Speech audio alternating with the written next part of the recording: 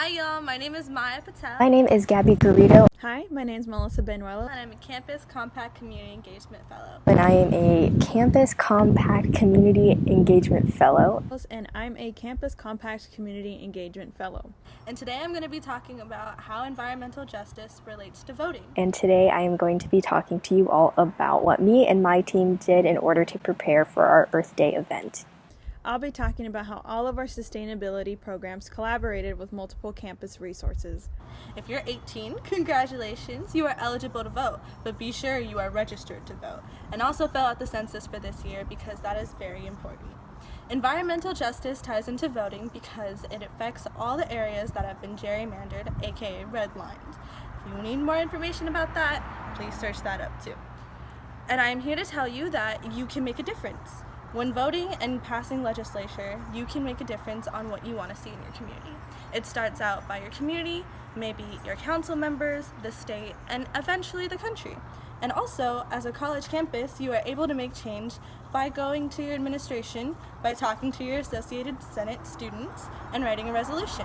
So be sure to go vote, make sure you are eligible to vote, and make sure you are registered. To go over some of the specific jobs that we were each given, I was in charge of reaching out to off-campus vendors to bring onto campus. Maya was in charge of reaching out to our on-campus facilities, student-run clubs, and other organizations. And Melissa was in charge of all things publicity-related, making flyers, handouts, pamphlets, anything to help organize and promote our Earth Day celebration. We also all came up with the idea, along with Anne's help, to get in contact with a keynote speaker by the name of Willie Jackson III.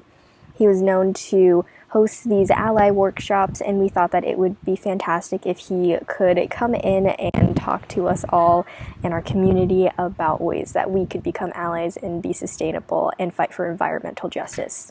Due to the COVID-19 outbreak, though, our plans were put directly on hold, and we had to wait for more information from our school as well as all of our off-campus vendors to see if the event would even still happen.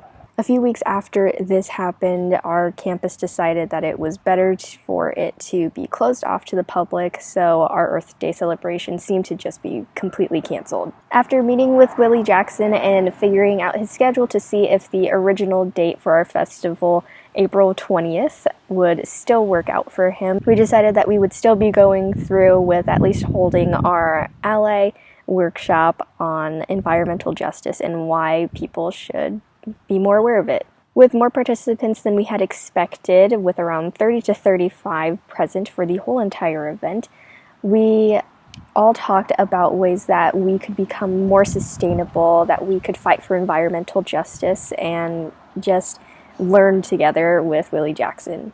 Although it didn't turn out the way that we had planned due to the COVID-19 outbreak, it was still a lot of fun to get together with Maya, Melissa, and Anne, as well as Willie Jackson, to decide and plan out our Earth Day celebration. I just want to thank you all for watching this video, and thank you for giving us the opportunity to even have an event such like this and get experience as well as new learning opportunities and make new relationships with people.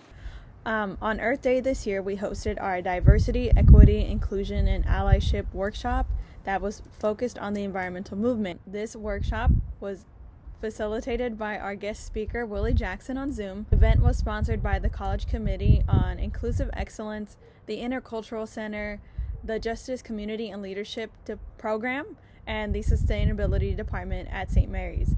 We had originally thought of creating a handful of in-person events in collaboration with the Politics Department, the Intercultural Center, the Justice, Community, and Leadership Program, and Sustainability.